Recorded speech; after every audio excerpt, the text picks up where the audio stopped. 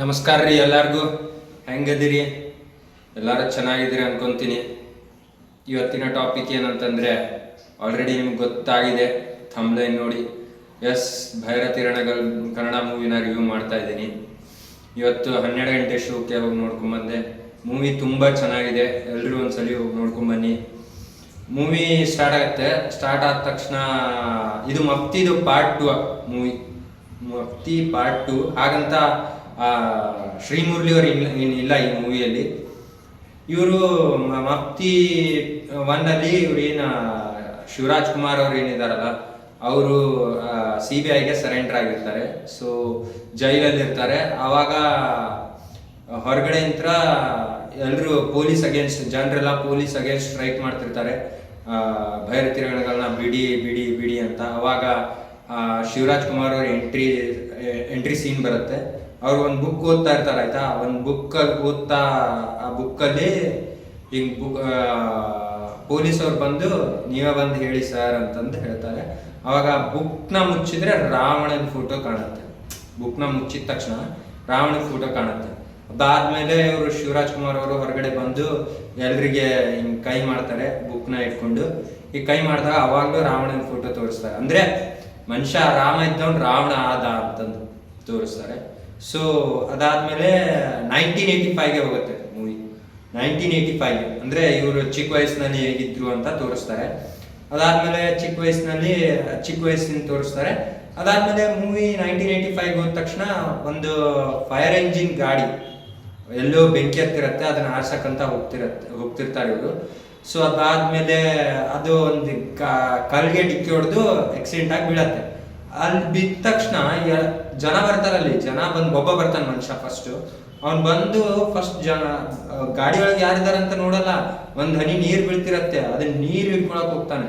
ಅದಾದ್ಮೇಲೆ ಇವರೆಲ್ಲರೂ ಹೊರಗಡೆ ಬರ್ತಾರೆ, ಗಾಡಿ ಒಳಗಿದ್ದರು ಹೊರಗಡೆ ಬಂದು ಜನ ಎಲ್ಲ ಕೂಡಿ ನೀರು ಹಿಡ್ಕೊಳಕ್ಕೆ ಹೋಗ್ತಾರೆ. ಅದು ಗಾಡಿ ಫೈರ್ ಇಂಜಿನ್ ಗಾಡಿ, ಅದ್ರಲ್ಲಿ ನೀರು ಇರತ್ತಲ್ಲ, ಅದನ್ನ ಇವರೆಲ್ಲ ಕುಡಿಯಕ್ ನೀರು ಎಲ್ಲ ಹಿಡ್ಕೊಳಕ್ ಹೋಗ್ತಾರೆ. ಅದಾದ್ಮೇಲೆ ಅವ್ರು ಅಂತಾರೆ, ಎಂತ ಊರ್ಗುರು ಇದು ಕರ್ಮ ಅಂತಂದು. ಅದಾದ್ಮೇಲೆ ಶಿವರಾಜ್ ಕುಮಾರ್ ಅವರ ಚಿಕ್ಕ ವಯಸ್ಸಿನ ಎಂಟ್ರಿ ಆಗುತ್ತೆ. ಅವರಪ್ಪ, ಶಿವರಾಜ್ ಕುಮಾರ್ ಅವ್ರ ಅಪ್ಪ ಏನಿದಾರಲ್ಲ, ದೊಡ್ಡಪ್ಪ, ಸಾರಿ ಅಪ್ಪ ಅಲ್ಲ ದೊಡ್ಡಪ್ಪ, ಅವ್ರು ಏನಿರ್ತಾರಲ್ಲ, ಅವರು ದಿವಸ ಒಂದೊಂದು ಲೆಟರ್ ಅರ್ಜಿ ಹಾಕ್ತಿರ್ತಾರೆ, ನೀರು ಕೊಡಿ ಅಂತ. ಇವ್ರು ಕೊಡ್ತಿರಲ್ಲ ನೀರು. ಗೌರ್ಮೆಂಟ್ ಆಫೀಸಲ್ಲಿ ಇವ್ರ ಅರ್ಜಿ ಯಾವುದು ಇದನ್ನೇ ಮಾಡ್ತಿರಲ್ಲ. ಸೊ ಅದಾದ್ಮೇಲೆ ಶಿವರಾಜ್ ಕುಮಾರ್ ಅವರ ಚಿಕ್ಕ ವಯಸ್ಸಿನಲ್ಲಿ ಏನಿರ್ತಾರಲ್ಲ, ಅವರೇ ಹೋಗ್ತಾರೆ, ಹೋಗಿ ಅರ್ಜಿ ಕೊಡ್ತಾರೆ. ಅರ್ಜಿನ ಯಾರು ಅಷ್ಟೊಂದು ಇದನ್ನ ಮಾಡಲ್ಲ. ಅದಾದ್ಮೇಲೆ ಶಿವರಾಜ್ ಕುಮಾರ್ ಅವರು ಏನ್ ಮಾಡ್ತಾರೆ, ಅರ್ಜಿಯಲ್ಲಿ ಬಾಂಬ್ ಇಟ್ಟಿದ್ದೀನಿ ಅಂತ ಬರೀತಾರೆ.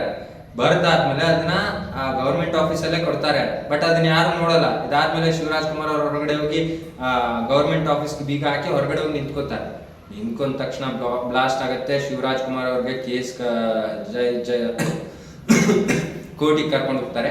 ಕೋರ್ಟಿಗೆ ಕರ್ಕೊಂಡು ಹೋದ ತಕ್ಷಣ ಶಿವರಾಜ್ ಕುಮಾರ್ ಅವರು ಒಂದು ಮಾತು ಹೇಳ್ತಾರೆ, ಮೇಡಮ್ ನಾನು ಆಲ್ರೆಡಿ ಅದ್ರಲ್ಲಿ ಬರ್ದಿರೋದೇ ಬಾಂಬ್ ಇಟ್ಟಿರೋದು ಅಂತ, ಬಟ್ ಅವ್ರು ಯಾರು ನೋಡಿಲ್ಲ, ಇವ್ರು ಏನ್ ನಮಗೆ ನೀರು ಕೊಡ್ತಾರೆ ಮೇಡಮ್ ಅಂತ ಕೇಳ್ತಾರೆ. ಅವ್ರಿಗೆ 21 ವರ್ಷ ಜೈಲ್ ಶಿಕ್ಷೆ ಆಗುತ್ತೆ. ಜೈಲಲ್ಲಿ ಇದ್ಕೊಂಡೆ ಲಾ ಓದ್ತಾರೆ. ಅಸ್ಲಿ ಫಿಲಮ್ ಇಲ್ಲಿಂದ ಸ್ಟಾರ್ಟ್ ಆಗುತ್ತೆ.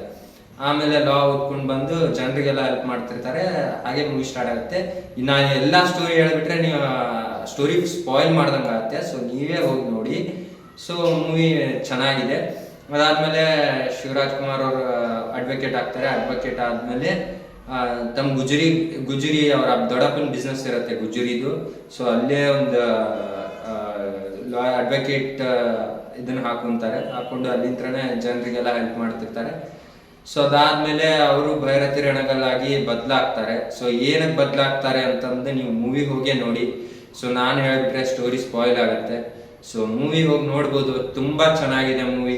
ಶಿವಣ್ಣ ಅವ್ರ ಆಕ್ಟಿಂಗ್ ಅಂತಿ ಅಪ್ಪ, ಇವ್ರಿಗೇನೋ ವಯಸ್ಸಾಗಲ್ವೇನೋ ಅಂತ ಅನಿಸ್ಬಿಟ್ಟಿದೆ. ಏನು ಆಕ್ಟಿಂಗ್ ಗುರು ಶಿವಣ್ಣ ಅವ್ರದ್ದು. ಹಾಗೆ ಈ ಮೂವಿಯಲ್ಲಿ ನಾಯಕ ನಟಿಯಾಗಿ ರುಕ್ಮಿಣಿ ವಸಂತ ಅವರು ಕೂಡ ಇದ್ದಾರೆ. ಬಗೀರಾ ಫಿಲಂ ಹೀರೋಯಿನ್ ಕೂಡ ಇದ್ದಾರೆ, ಅವರೇ ಈ ಮೂವಿ ಹೀರೋಯಿನ್. ಆಮೇಲೆ ಈ ಮೂವಿಯಲ್ಲಿ ಒಂದು ಸಸ್ಪೆನ್ಸ್ ಥ್ರಿಲ್ಲರ್ ತುಂಬಾನೇ ಇದೆ. ಆಮೇಲೆ ಈ ಮೂವಿಯಲ್ಲಿ ಅವರು ಶಿವರಾಜ್ ಕುಮಾರ್ ಅವರು ಅವ್ರ ತಂಗಿ ಗಂಡನ ಏನಕ್ಕೆ ಸಾಯಿಸಿದ್ರು ಅಂತ ಕೂಡ ತೋರಿಸಿದ್ದಾರೆ. ಸೊ ಈ ಮೂವಿನ ಹೋಗಿ ನೋಡ್ಕೊಂಬನ್ನಿ, ತುಂಬ ಚೆನ್ನಾಗಿದೆ.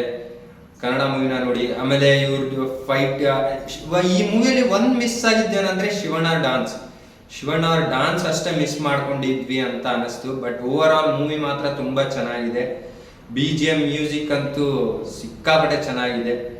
ಸೊ ಮೂವಿ ಮಾತ್ರ ನಂಬರ್ 1 ಇದೆ. ಸೊ ನನ್ಗನ್ಸಿದ ಮಟ್ಟಿಗೆ ಈ ವರ್ಷದಲ್ಲಿ ಇದೇ ಬೆಸ್ಟ್ ಮೂವಿ ಅಂತ, ಕನ್ನಡ ಮೂವಿಯಲ್ಲಿ ಇದೇ ಬೆಸ್ಟ್ ಮೂವಿ ಅಂತ ಅನ್ಸುತ್ತೆ. ನೋಡೋಣ ಇನ್ನು ಮುಂದೆ ಮೂವಿ ಬರೋವಿವೆ, ಸೊ ನೋಡೋಣ. ಬಟ್ ಇಲ್ಲಿವರೆಗಂತೂ ಇದೇ ಬೆಸ್ಟ್ ಮೂವಿ ಅಂತ ಅನಿಸ್ತು. ಸೊ ಹೋಗಿ ನೋಡ್ಕೊಂಡು ಬನ್ನಿ, ತುಂಬ ಚೆನ್ನಾಗಿದೆ ಮೂವಿ. ಹಾಗೆ ನನಗೊಂದು ಅನಿಸಿಕೆ ಬಂತು, ಏನಂತ ಗೊತ್ತಾ? ಆಕ್ಚುಲಿ ಇದು ಭೈರತಿ ರಣದಲ್ಲಿ ಫಸ್ಟ್ ಬರಬೇಕಿತ್ತು, ಮಫ್ತಿ ಸೆಕೆಂಡ್ ಬರಬೇಕಿತ್ತು. ಸೊ ಹಾಗಂತ ನನಗನ್ನಿಸ್ತು. ಸೊ ಹೋಗಿ ನೋಡ್ಕೊಂಬನ್ನಿ ಮೂವಿ. ನಿಮಗೆ ಏನು ಅನ್ನಿಸ್ತು ಅಂತ ಕಮೆಂಟ್ ಮಾಡಿ. ಇಷ್ಟೇ ಈ ಮೂವಿ ಬಗ್ಗೆ ರಿವ್ಯೂ. ಸೊ ವಿಡಿಯೋ ಇಷ್ಟ ಆದರೆ ಲೈಕ್ ಮಾಡಿ, ಸಬ್ಸ್ಕ್ರೈಬ್ ಮಾಡಿ, ಶೇರ್ ಮಾಡಿ. ಇಷ್ಟೇ. ನಮಸ್ಕಾರ.